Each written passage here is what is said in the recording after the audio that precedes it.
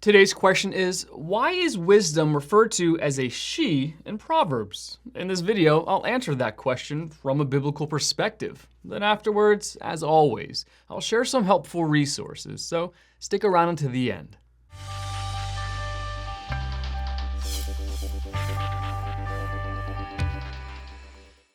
In Proverbs chapter 1 verses 20 through 33, and Proverbs chapter 8 verse 1 through chapter 9 verse 12, wisdom is personified as a woman who has much to offer, including enduring wealth and prosperity and life to anyone who would heed her words. We will look at Proverbs chapter 8 in particular, since it seems to be a jumping off point for some creative proof texting by cults such as the Jehovah's Witnesses to arrive at conclusions with no textual warrant.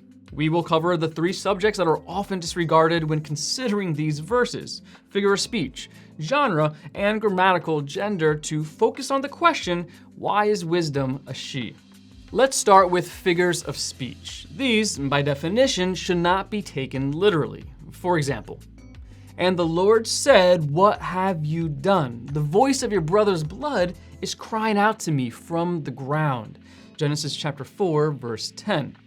Did Abel's blood actually cry out audibly from the ground? No. The Lord was using a figure of speech called personification, or prosopopoeia, to help Cain understand the inescapable nature of sin. We realize that Abel's blood was inanimate, non-articulate, and in no way capable of speech. Its cry is just a literary figure. We cannot formulate a doctrine that says blood actually speaks after a person dies. This may sound like common sense, but people can and do invent such teachings. We must be alert to figures of speech, because in figure, God's exact words will not equal his exact meaning.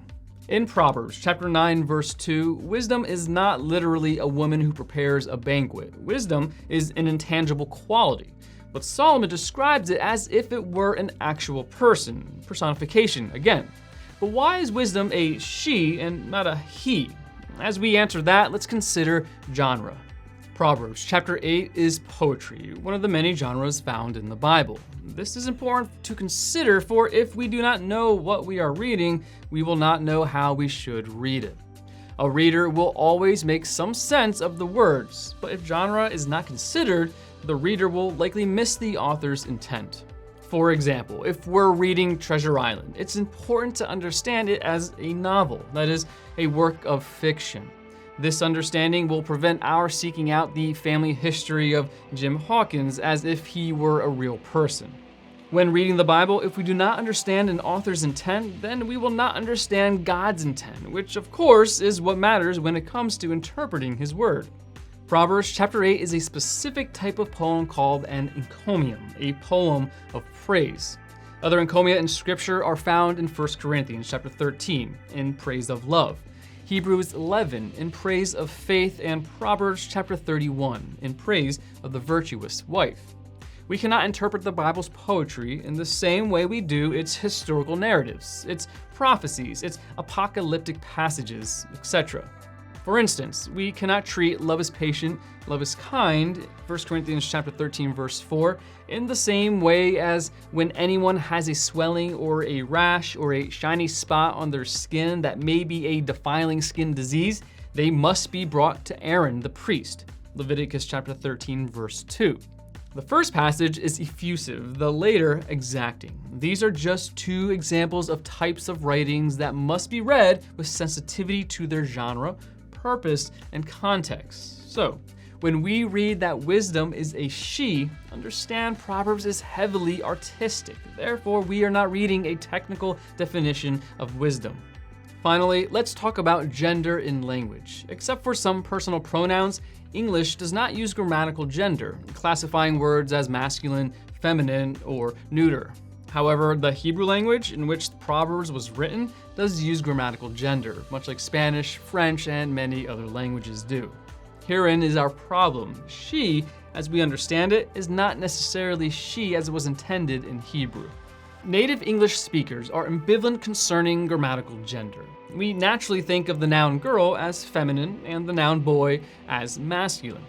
So when assigning pronouns to these words, we use she, her, or hers for girl, and he, him, his for boy. When we speak of a ship, which has no actual gender, we use neuter pronouns, it or its. However, these ships are often named after men, such as the USS Ronald Reagan.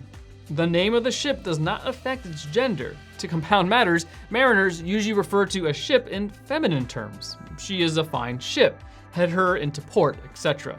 Gender is somewhat arbitrary in English usage, but this is not the case in many other languages. In many languages, including Hebrew, most nouns have a strong gender component, but the gender assignment is grammatical and does not necessarily indicate the physical gender of the object. In Spanish, a guitar, la guitarra, is feminine, and a car, el coche, is masculine. This has nothing to do with literal gender. In fact, the Spanish word masculinidad, which means masculinity, is a feminine noun. Therefore, when translating from Hebrew into English, we must distinguish grammatical gender from our notions of sexual gender. In English, the word wisdom is grammatically neuter, but not so in Hebrew. The Hebrew word is chakmoth, and it is grammatically feminine. In Hebrew, it would have been natural to speak of wisdom as a she. As previously mentioned, Solomon used the literary tool of personification to extol the inanimate and abstract idea of wisdom as if it were a real person. By doing so, Solomon communicated a vivid illustration of the blessings of being wise. In personifying wisdom, it was necessary to use the appropriate pronouns.